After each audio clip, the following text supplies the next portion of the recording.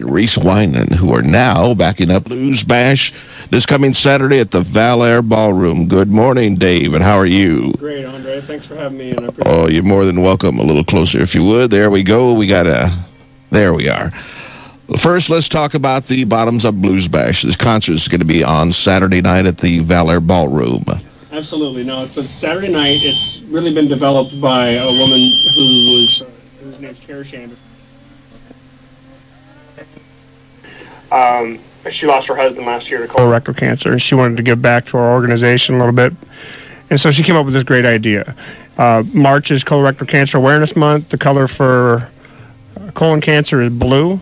And so we thought it was a great idea to collaborate with the Central Iowa Blues Society and bring some blues bands in. A good organization. Yeah, great organization. They've been very supportive with us through this whole thing and helping us promote and giving us some good direction.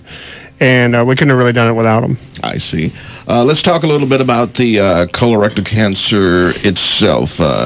You're a survivor of this. You've known many people who are aware and a part of the awareness of the colorectal cancer. Yeah, my family and I have been very blessed. I was diagnosed 6 years ago at a very young age of 38 with colon cancer. And along the way, I met a gentleman by the name of David Kinman during my colorectal cancer, or during my chemotherapy treatments, I should say. And we developed a really good friendship, but we lost David to the disease in July of 2007. His family owns Kinman Glass in town. Okay. So he's local, and he really made a big impact on my life, and we wanted to give back a little bit. So my wife, Winona, Brady Kinman, and we started David's Fight to try and give back a little bit to the community. I understand there's a run-walk coming up this summer. Yeah, this will be our 4th annual Get Your Rear in Gear, Iowa event. It'll be August 24th. We're moving it to warmer climates. We've had it in October in the past, and we're moving it up to August this year, so be a little bit warmer for everybody. So we're really excited about that. We had about 1,000 people attend that last year. So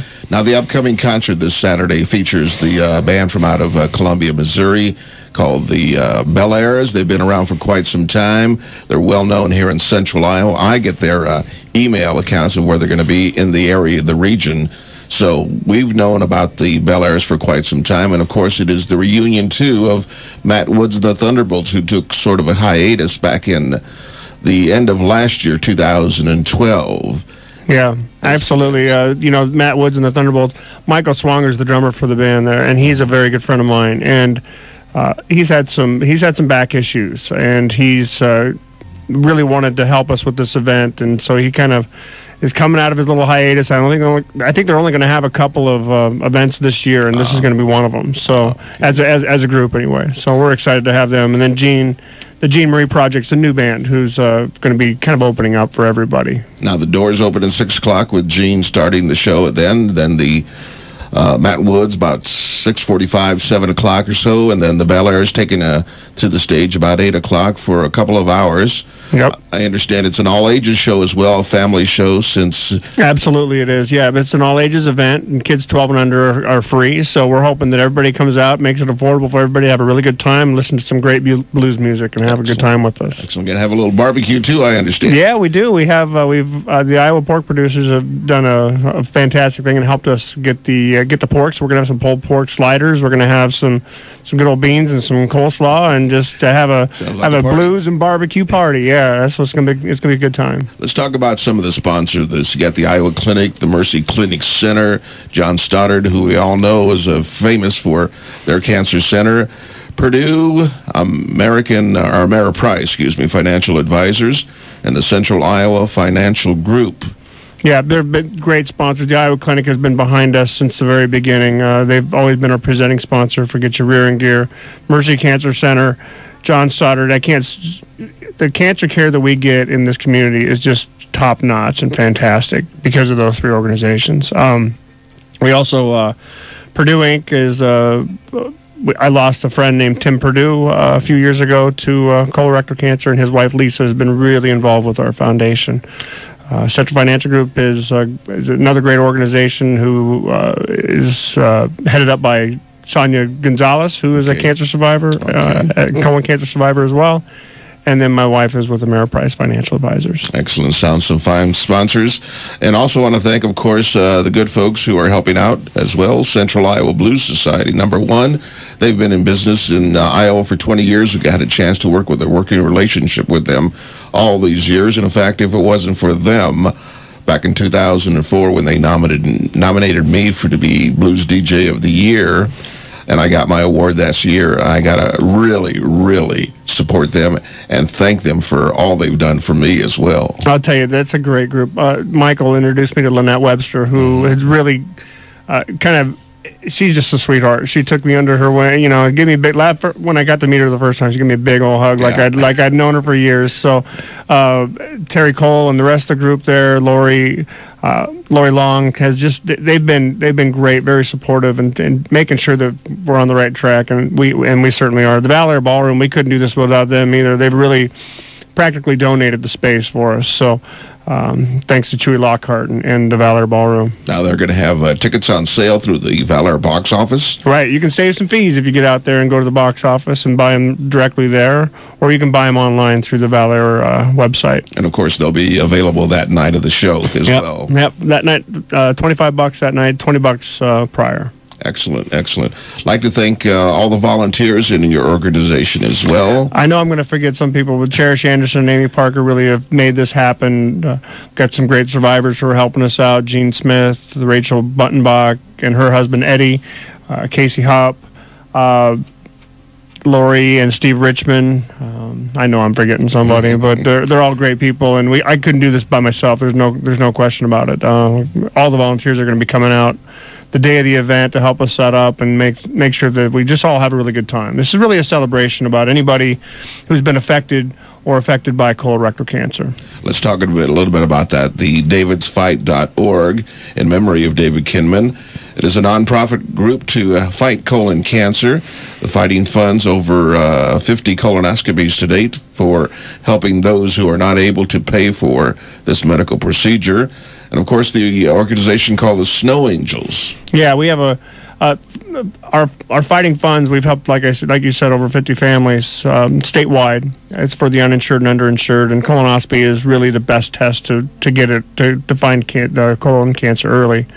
Snow Angels is a program we're very proud of. Any patient who's undergoing chemotherapy for colon cancer is probably getting oxaliplatin, and that causes extreme sensitivity to cold. So we came up with the Snow Angels program. We pay for the snow removal for over 55 families this year, statewide, so that they don't have to go outside and shovel the snow in the cold, and they really do appreciate that. It's been a great program for us. Okay, now the colon cancer testing itself is done on the basis of them allowing you to make your reservations, of course, and you said it is preventable, one of the preventable diseases. Absolutely, it's about 90% preventable if you get in and get your screening done, get your colonoscopy at the time when you're supposed to. Anybody who's 50 years or older should have a colonoscopy screening. If you've got any symptoms at all, I didn't realize I had any symptoms when I was diagnosed. I had no idea. We went up to fix a hemorrhoid, and we came out with a tumor. So I had just a little bit of blood in my stool, abnormal bowel habits, just the little things that you think that if you just change some eating habits and you get on the treadmill like you should, it'll probably go away. But I can't urge enough. If you feel like something's wrong, something probably is wrong, and just go see your doctor. That's basically what I did. He said, you're over 50 now, and now's the time for you to be tested to see if you're going to be able to survive like a lot of people do who do have colon cancer. And my first screening was clean, but he said make sure you come back every 10 years, at least, maybe even 5 years if you have some signs of colorectal cancer. Yeah, if you've got any polyps or anything, that's how most colon cancer comes about. It's just some small polyps that develop into cancer later on. So they can snip those out early, keep an eye on you. Depending on your family history and depending on what your doctor thinks, it's either follow-ups at 5 years or 10 years. But again, the key is to don't put it off. If you're over 50 years old, don't put it off. I mean, the most significant or most common sign for colorectal cancer is really no symptom at all. So it's a silent sometimes when you develop symptoms, it's really too late. So make sure you get that screening done. They can catch it early and stay on top of it. Okay, some of this information I received from the David Fights organization is that colorectal cancer is the second largest killer of folks who... That's true both nationally and in the state of Iowa. A lot of people don't realize that it's the fourth most diagnosed cancer, but the second leading killer. And it's because it's such a silent killer sometimes, and people don't catch it early enough. If you take out smoking-related lung cancers, it's the #1 killer by a pretty significant amount. So I understand. I'm talking with Dave McCluskey from the organization David's Fight, as well as the colorectal cancer awareness.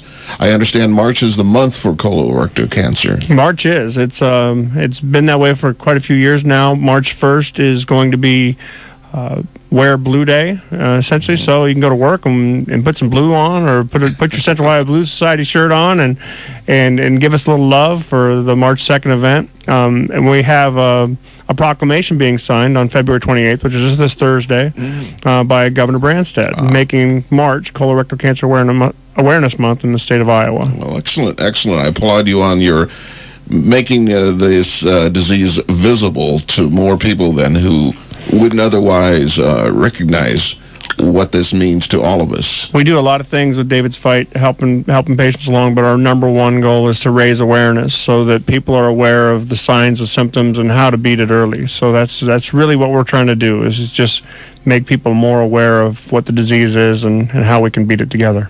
Now, you said you found it in your 30s. Yeah. And most people who tend to get it are in their older age, 50s, 60s, 70s. So actually somebody in your early age bracket should get those tested as well. You don't have to wait till you're 50. You don't have to wait till you're 50. If you've got anything, if you feel like something's wrong with your body, I really do encourage you to go and see your doctor. A lot of people it's the misconception that this is an older man's disease.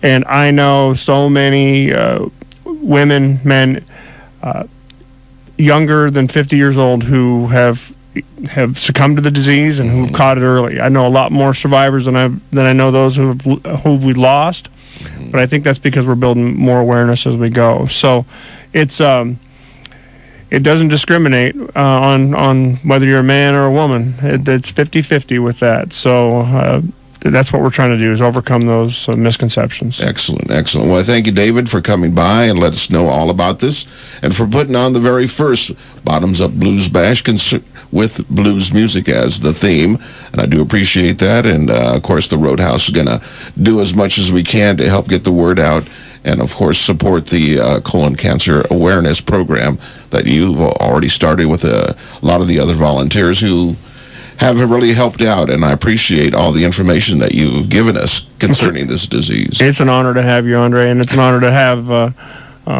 blues be the kind of theme to this. It's really fitting, and we're excited for the first event. We're excited for a lot more events to come along. Well, I'm like I said, I'm pleased to be part of this, and of course I'll be there Saturday night, hopefully introducing some of the bands that are going to be up there, and we can talk as well concerning the awareness that's coming from this event. It's going to be a good time. Great music, good food, good friends. Excellent, excellent. Once again, we're talking to David McCluskey of the organization davidfights.org to raise awareness for colorectal cancer, since it is a preventable and treatable and beatable disease.